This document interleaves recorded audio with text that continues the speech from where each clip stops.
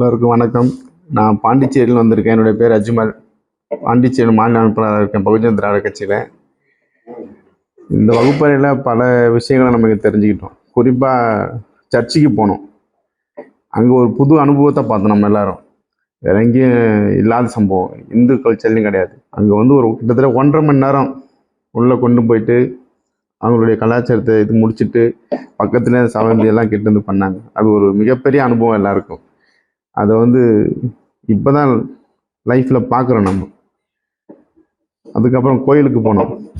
அந்த ஒரு சின்ன தொலைவெளியாக நம்மளை அடிமைப்பட்டு பார்க்க வச்சதை நாம் எல்லாருக்கும் எடுத்து சொல்லணும்.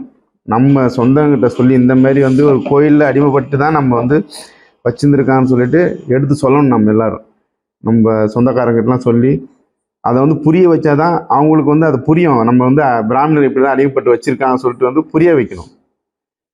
அப்புறம் மசூதிக்கு போனோம். அங்கே நார்மலாக எல்லோரும் பார்த்தோம், ஒற்றுமையாக இருந்தோம்.